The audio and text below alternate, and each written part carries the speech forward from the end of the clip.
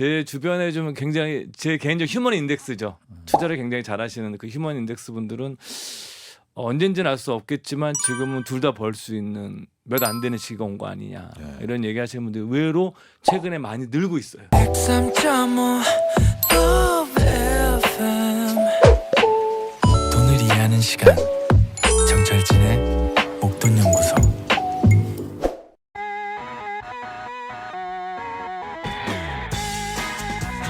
투자를 할 때도요, 이런저런 다양한 지식이 많은 도움이 됩니다. 알아두면 언젠가는 쓸데있는 투자 잡학사전 알쓸투잡, 미래에셋 투자와연금센터 이상원 전무와 함께합니다. 안녕하십니까? 예, 반갑습니다. 우리 박정근 님이요, 목돈연구소 패널 중에서 제가 가장 좋아하는 이상권 전무님. 아이고, 감사합니다. 네, ISA와 IRP와 개인연금 저축과 비과세 개인연금 저축의 특징들, 연금 수령 방법 등 이들 계좌에 대해서 한번 알려주시면 감사하겠습니다. 제가 다음에 한번 내용을 정리해서 말씀드리도록 하겠습니다. ISA, IRP, IRP, 또 개인연금저축이 있죠. 예. 네.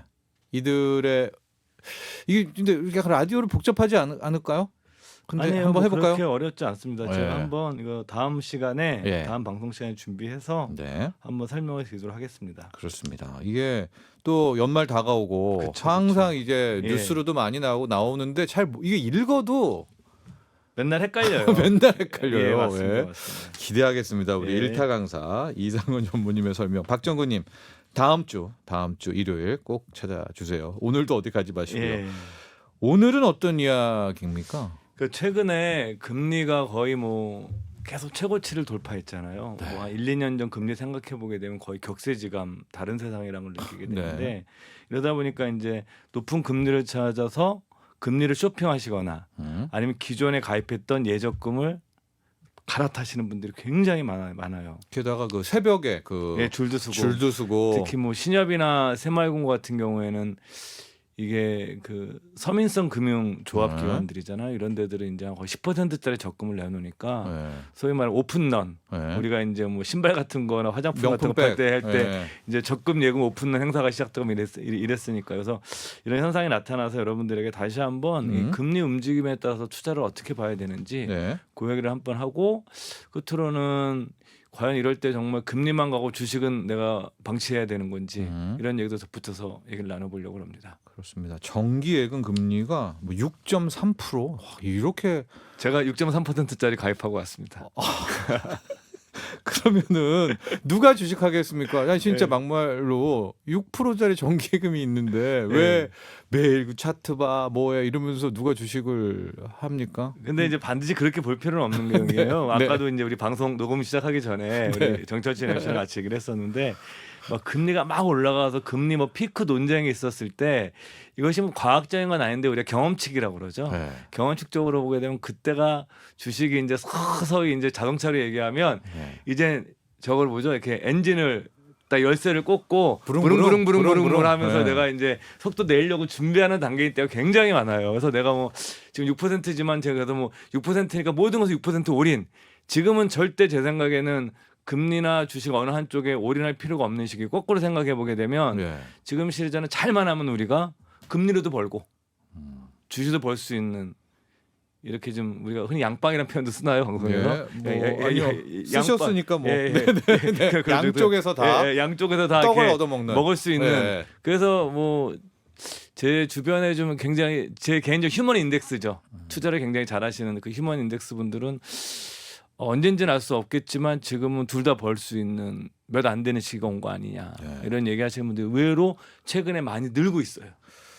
그 경험칙이 그 한 50세 이후, 그러니까 주식의 사이클을 한 2번 정도 겪으셨던 분들, 그렇죠? 예. 상승 하강을 그 지금 말씀하신 그런 거예요. 아 이제 주식 다 망가졌고 그런 예. 상황에서 금리 막 튀어오르면서 예금 금리가 6%대 막 적금 금리가 그러니까 6% 7% 되면 8%대. 뭐하러 주식해 예. 이런 말 나오거든요. 그럴 때 올인해서 들어가면 한 1년 반 있다가 주식시장 그쵸. 목에 뭐 한 30% 올랐다더라. 그렇죠. 그런 경우가 있었다 그 말씀이시죠? 많았죠. 예. 제가 전에도 한번 이런 방송에 말씀드렸었는데 S&P 500 기준으로 딱 봤을 때 미국에서 한 2년 연속 한 20% 30% 빠졌던 해에 예. 그 다음 연도는 거의 예외 없이 올랐어요. 예. 그때 오를 때 오르는 폭이 뭐 5% 10%가 아니에요. 20% 30% 올라요. 그래서 뭐냐면 바닥에서 전환될 때가 가장 많이 올라요. 네. 그러니까 이제 그런 시기가 지금 일지 알지는 알 수 없지만 이게 만약에 이제 인플레이션 때문에 지금 현재 금리의 핵심은 유동성 위기가 우리가 2008년도 금융위기 때 금리가 오르는 거는 유동성의 위기예요. 네. 지금의 전에 올랐죠. 그렇죠. 예. 지금 금리가 오르는 건 사실은 인플레이션 문제거든요. 네. 사실 만약에 인플레이션 문제는 미국의 FRB에서 이제 중앙은행에서 금리 책정을 할 때 이 사람들이 예견해서 하는 게 아니에요. 그러니까 뭐냐면 그들은 데이터를 보고 확인돼야 움직이거든요. 네. 그러니까 사실은 시장은 그 이전에 작동하고 있을지도 모르는 거예요. 똑똑하니까. 예, 시장은 먼저 움직이는데 네. 그건 알 수가 없죠. 데이터는 나중에 나와야 되니까. 그래서 네. 그 데이터를 보고 결정하기 때문에 만약에 뭐 다음에 뭐 소비자 물가 상승률이 좀 떨어진다 그러면은 사실 이렇게 매파적인 입장에서 돌아쓰게 되고 이것이 한 6개월만 1년만 지속이 되면 사람들이 딱 심리적으로 이제 인플레이션 끝났다 하는 순간 이유 없이 주식은 올라와 있는 상황들이 되게 많아요. 우리가 이제 뭐 예. 그런 말 많이 하잖아요. 가까이서 보면 비극인데 멀리서 보면 희극이다. 예. 아니, 반대인가? 가까이서 보면 희극인데 예. 멀리서 보면 멀리서 비극이다. 이 금리와 주가의 관계도 예. 이게 우리가 가까이 있을 때는 금리 상승기에 막 주식이 힘들어하는데 예. 이 약간 멀리 떨어져서 보면 예. 그 후반부 있잖아요. 예. 금리 상승의 후반부에서는 주식이 이렇게 뭐라고 표현해야 될까? 뒤따라서 오른다는 이런 경우가 참 많았어요. 많죠. 그게 이제 금리가 오르면 주식은 교과서적으로 떨어지는데 반드시 그 시기가 일치하는 건 아니에요. 예. 그렇죠. 그게 이제 그래서 시간차. 예, 시간차도 있고 두 번째로는 지금과 같은 시기에는 이 인플레이션 피크가 논쟁이거든요. 사실 이게 아주 네. 핵심이거든요. 그러니까 물가가 잡혔다는 근데 인플레이션에 대해서는 사실 이게 심리적인 게 굉장히 중요하기 때문에 더 정책 당국들은 더 좀 세게 얘기하는 경향이 그래야죠. 있어요. 일부러 예. 왜 우리 정말 세게 갈 거야. 예. 막 움직이지 마 이런 식으로 하는 거거든요. 그래서 기대 인플레를 완전히 꺾으려고. 밟아버리려고 예. 그러죠. 그래서 이제 인플레이션이 그런 사람들이 막 그때는 생각하면 여러분 막 사재기 같은 것이 일어날 수 있는 거예요. 극단적인 인플레이션에서는 그게 다 심리적인 어떤 것들이거든요. 네, 그게 네. 뭐 그런 일이 일어나지 않겠지만 지금은 네. 그래서 그런 것들에 대해서 어떤 신호만 오면은 사실은 생각보다도 많이 오를 수가 있다고 좀 봐요. 반등을 하게 되면. 아 주식이. 예. 그렇지만 이제 주식에서 올인해야 돼. 그건 아닙니다. 그래서 네. 지금은 또 우리가 예금이나 채권으로 굉장히 돈을 벌 수 있는 굉장히 오랜만에 또 찬스가 온 거예요. 예. 그러니까 양쪽의 가능성을 좀 다 보는 게 지금의 시기에서는 더 맞고 이렇게 헷갈릴 때일수록 전 더 필요한 게 중도. 포트폴리오. 예, 중도 그다음에 약간 균형 잡힌 시각. 이런 것이 훨씬 더 중요하다고 생각하거든요. 비중의 문제일 뿐이지. 그래서 뭐 예를 들면 지금 이제 금리 상승이 더 될 거냐 안 될 거냐 이게 고민들을 많이 하시는데 우리가 교과서적으로는 알지 않습니까? 원론적으로는 금리가 오를 때는 야구 방망이를 짧게 잡아야 되는 거잖아요. 아, 좋아요. 그럼 이제 우리 예, 금리 예. 상품부터 가볼게요. 예, 예. 그래서 사실은 우리가 이제 교과서적이고 원론적으로는 예. 금리가 계속 오르는 시기에는 내가 만약에 3년짜리 5년짜리 긴 걸 사면 안 되죠. 왜냐하면 더 올라 버리니까 내가 이거를 돌아올 수가 없잖아요. 그럼 정기예금도 1년 단위. 예, 그렇죠. 그러니까 네. 뭐 심지어 6개월 다닐 수도 있는 네. 거죠. 그래서 이거 계속 채권도 단기 채권으로 해서 계속 방망이를 그렇죠. 짧게 잡고 6개월짜리 뭐 이렇게 단타를 가야죠. 딱 치고 네. 금리가 딱 올라서 피크 정도 찍었을 때 내가 맞출 수만 있다면 이때는 뭐냐면 장기채로 갈아타야죠. 예금도 3년짜리 5년짜리 왜냐하면 금리가 떨어져 이때 약속한 이자를 뭐 채권으로 주니까. 쿠폰을 다 네. 주니까 이게 그냥 기본 모델이에요. 그러니까 채권 금리가 오를 때는 쭉 따라서 단기물을 사고 어느 정도 올랐을 때는 장기물로 교체해서 끝까지 가는 것. 네. 이게 사실은 가장 교과서적인 얘기예요. 예. 그리고 이렇게 하면 돈을 벌어요. 예. 맞출 수가 없어서 그렇지. 그러니까 최근은 하여간 금리 상품을 들어가는 게 맞죠. 그쵸. 금리는 아직 계속 인상 예. 기조는 이어지니까. 그래서 지금 뭐 저는 뭐 다음 달에 또 오른다 이런 얘기를 하고 있는데 그건 사실 전 잘 모르겠고 그래서 여러분들이 이제 이 만약에 6년짜리 그러니까 6년짜리라는 게 아니라 지금 현재 6% 정도 되는 그 예금 상품이 나와 있는 시기에서는 네. 지금은 이제 우리가 좀 채권 쪽에서도 채권의 예금 쪽에서도 우리가 좀 방법을 잘 찾아봐야 되죠. 어떤 왜냐하면 식으로. 한국전력 채권 한전채가 지금 5.9% 막 이렇게 줘요. 예. 네. 이게 그러니까. 6%가 상호저축은행 6%거든요. 네. 이게 예금자 보호되는 6%예요. 네. 예, 정부에서 이게 한 원금과 이자 합해서 5천만 원까지는 예. 보장해 주는 6%인 거예요, 이게. 물론 이제 망하면 예금보험공사 넘어가서 좀 상인 달라지긴 하겠지만 네. 예, 현재는 6%짜리입니다, 이게. 그러니까 여기 이제 가야 되는 건 맞죠. 예, 가야죠. 예. 그래서 저는 사람들이 그러면 지금은 중요한 게 그거 아니에요. 지금 피크냐 아니잖아요. 네. 누가 알아요 그거를. 네. 그래서 저는 만약에 예금을 드실 때도 어떻게 하냐면 1년짜리, 2년짜리, 3년짜리가 있어요. 만기가 그럼요. 있죠. 네. 그러니까 예금을 다 나누는 거예요. 그래서 저도 이제 퇴직연금 계좌에서 나중에 말씀드리니까 퇴직연금이나 IRP 계좌에서도 예금을 가입할 수 있어요. 전 DC형인 경우에 전 DC형 가입자거든요. 네. 그러니까 이제 DC형 가입자니까 DC형 가입자는 그 DC형은 70%만 주식형 펀드와 같은 위험자산에 투자할 수 있고 30%는 예금이나 현금으로 가지고 있어야 돼요. 안전하게. 예. 그러니까 30%는 현금으로 있는 거잖아요. 물 타야 되니까. 그렇죠. 그걸 가지고 저 이제 다 정리해서 이제 상호저축은행 금리가 6%대니까 1년짜리가 네. 1년짜리, 2년짜리, 3년짜리를 회사별로 나눠 가지고 다 샀죠, 이렇게. 아, 지금 3년짜리를 또 가입을 하신 이유는 예. 지금이야 혹시 또 피크일 수도 있으니까 내가 알 수는 없지만 예. 지금 피크 뚝 떨어지면 예금금리 여러분들 지금 6% 주다가요. 딱 피크 되면은 한두 달만 지나면 확 떨어뜨려요. 아. 여러분들 그 금융회사라는 곳이 왜냐하면 예대 마진을 먹고 사는 곳이기 때문에 당연한 겁니다. 예금금리는 천천히 올리고 네. 대출 금리는 빨리 올리고 빨리 떨어지고 예금 이자는 예. 그죠 늦게 올리고 그러니까 떨어뜨릴 때도 반대거든요. 네. 저희가 이제 뭐냐면 대출 금리는 천천히 떨어뜨리는데 떨어뜨리고 예금 이자는 확 떨어뜨리거든요. 네. 그러니까 지금 만약에 이게 피크인지 아닌지 모르겠는데 FRB에서 뭐 또 한 몇 번 회의하다 갑자기 한 뭐 내년 초 정도 돼가지고 이제 피크 다 왔어. 아, 내년 1분기가 피크야 이래 버리면 피크가 온 거 같고 네. 이제는 우리가 이제 매파적으로 안 하고 좀 이제 좀 천천히 갈래. 그러면 이제 꺾이거든요 금리.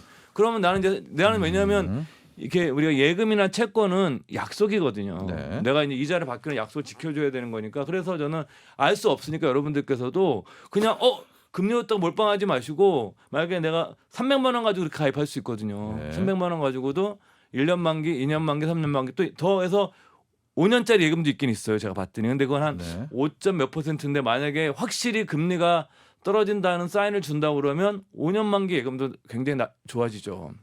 그러면 이제 좋아지고 뭐 채권도 마찬가지로 이렇게 네. 좀 만기를 좀 나누어서 예. 그러니까 한 채권에 뭐 금액이 많으신 분들은 뭐 생각이 다를 수 있지만 소액이라 하더라도 요즘은 채권들을 소액 채권도 나눠서 수취할 수 있으니까 그러니까 예금이나 채권 이렇게 만기를 나누는 방식으로 접근하시는 게 저는 훨씬 더 좋을 것 같아요. 방금 이제 뭐 이 저는 그렇게 했습니다, 개인적으로. 이 이야기가 뭐냐면 포털 사이트나 이런 데 가면은 이제 금리 상승기다. 예. 만기를 짧게 하는 방망이를 짧게 잡아서 이렇게 갈아타라라고 이야기는 해 주지만 그게 원론이지만 실제로 개인 실제로는 투자들이 보면 그렇게 하기가 예. 쉽지가 않아요, 경험적으로. 그것뿐만이 아니라 지금 예. 이상호 전무께서 이야기하는 것은 지금은 6.3이 한 6개월 후에는 7.3이 또 나올 듯이 보이나 네. 그건 누군지 모르기 때문에 그쵸. 지금 6.3으로 1년도 가입하지만 3년짜리도 너- 6.3%를 난 가입해둬라. 알 수 없어요. 근데 네. 내가 떨어지거나 오르면 1년짜리 갈아타면 되거든요. 네. 해약하고 갈아타면 되지만 3년짜리 같은 만약에 떨어지면 3년짜리는 내가 이제 안전하게 다 먹을 수 있는 6.3% 먹는 여러분들 거죠. 한 3년짜리 예금 많이 주는 데가 상호저축은 6.3%니까 저는 뭐 퇴직형 계좌로 가입을 했지만 거의 3년에 20%인 거예요. 네. 여러분 3년에 20% 이게 수익이 확정되어 있는 거예요. 네. 3년에 20% 수익 확정된 거 구하기 쉽지 않아요. 네. 거꾸로 만약에 이걸 역으로 얘기하면 내가 1,000만 원씩 내가 3년 동안 넣게 내면 주식에 1,000만 원, 예금에 3년을 내가 넣었다. 3년짜리 그러면 20% 수익이 보장돼 있는 거잖아요. 거꾸로 얘기하면 주식에 20% 마이너스가 나더라도 본전이 되는 네. 거잖아요. 그러니까 오히려 이렇게 확실한 수익이 나는 것들을 내가 좀 가지고 있고 주식을 투자하게 되면 여기서 나오는 금리가 높기 때문에 나오는 수익만큼 주식이 깨져도 되니까 훨씬 더 많은 위험을 테이킹할 수 있거든요. 그러니까 한 이자 소득세 빼면은 한 16% 잡으면 3년 동안 주식하면서 16%는 내가 깨져도 손실을 돼. 된다. 깨져도 난 된다. 흔히 말하는 본전인 거예요. 네. 그래서 여러분들 뭐냐면은 제 주변에 약간 휴먼 뉴스 말씀드렸던 투자 잘하시는 분들이 이런 걸 좋아하는 거예요. 야 답이 나와 있다는 거예요. 예. 내가 여기서 만약 6%짜리 사서 1억 넣고 이걸 넣으면 주식에서 막 혹시 배당주 같은 걸 또 사게 되면 배당도 나올 거니까 계산해 보게 되면 한 25%까지 3년 동안 깨지더라도 네, 알겠습니다. 나는 예. 유지할 수 있다는 건데 3년 동안 25% 깨지지 않는 25%까지 감소만 할 수 있으면 이건 이기는 게임이라는 거죠. 그런데 이제 비중 문제가 나와요. 이제 그쵸. 모두에 우리가 이야기했을 때 이런 구간에서 그러니까 항상 꼭 그렇진 않지만 금리가 올라가고 마지막에 더 오르냐 마느냐 피크아웃 논쟁이 있고 하는 순간에 주식이 달리는 경우가 많이 그쵸. 있었다. 네. 바닥에서. 그래서 주식을 포기하지 말아라. 이게 그러면 이제- 이제 지금까지는 금리 이제 새 상품 들었어요. 예. 주식 비중은 얼마 정도 가져가야 돼요? 이게 이제 우리가 이제 미국에서 황금률이라고 얘기하는 이제 골든룰이라는 표현을 쓰는데 네. 주식과 채권의 비중이 얼마나 되냐. 그걸 이제 역사적으로 막 시뮬레이션하면서 황금률이라고 하는 게 60대 40이에요. 주식이 60, 채권이 40. 네. 근데 내가 좀 보수적이시다 그런 분들은 전 지금은 반반은 해도 될 것 같아요. 반반. 예. 근데 이것들은 도저히 무서워서 못 하겠다. 그러신 분들은 하고 금리가 너무 아깝다. 예. 그러면 제 생각에 7대 3으로 가야죠. 예금 금리- 예금 채권 7, 칠? 주식 3. 예. 30 이하로 줄이는 거는 전 반대입니다. 예. 저는 30%까지 가져가자. 주식은 있어야 된다. 네, 있어야 된다. 예. 여기서 어떻게 될지 모른다. 그리고 이제 아까 말씀드린 것처럼 내가 채권과 예금을 가지고 있으면 3년 정도의 시간을 놓고 보게 되면 내가 한 20% 정도의 손실을 감수할 수 있는 나한테 시간적 여유를 주니까 네. 오히려 거꾸로 생각해 보면 훨씬 더 주식에서도 생각지도 않은 기회가 올 수도 있고 안 오더라도 나는 그렇게 박살나지 않으니까 네. 그러니까 그런 식으로 접근해 보시는 것도 좋을 것 같아요. 자, 뭐 끝으로 뭐 또 조언 관련해 주실 부분이 있다면은요.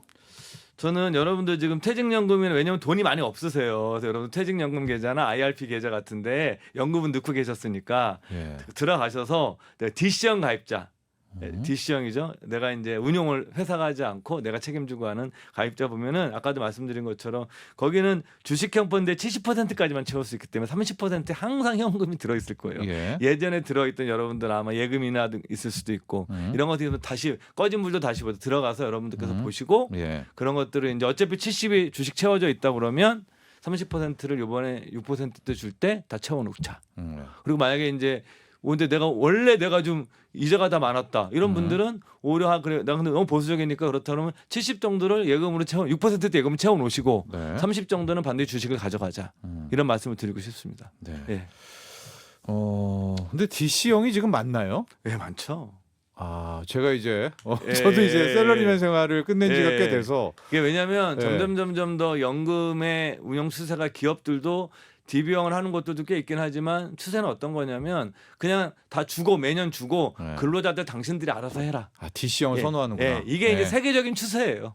이게 우리나라만 그런 게 아니라 전 세계적으로 자기의 노후를 위한 연금은 개인이 스스로 책임지는 방향으로 갑니다. 왜 그러냐면 이게 자꾸 부담이 생기거든. 기업들의 네. 입장에서는 사내 유보도 해야 되고 그러니까 그때 매년 주고 그러니까 금융기관에 보관하니까 예. 주고 알아서 해라 이런 식으로 방향으로 가는 거죠.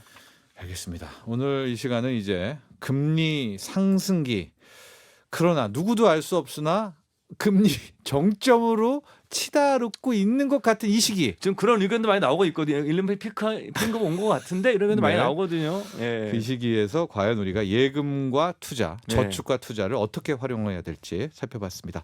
오늘 여기까지 하겠습니다. 감사합니다. 예, 고맙습니다. 지금까지 미래에셋 투자와 연금센터 이상원 전무와 함께했습니다. 본 방송은 투자 판단을 위한 조언일 뿐 투자 결정과 결과에 대한 책임은 투자자 개인에게 있음을 알려드립니다. 정철진의 목돈 연구소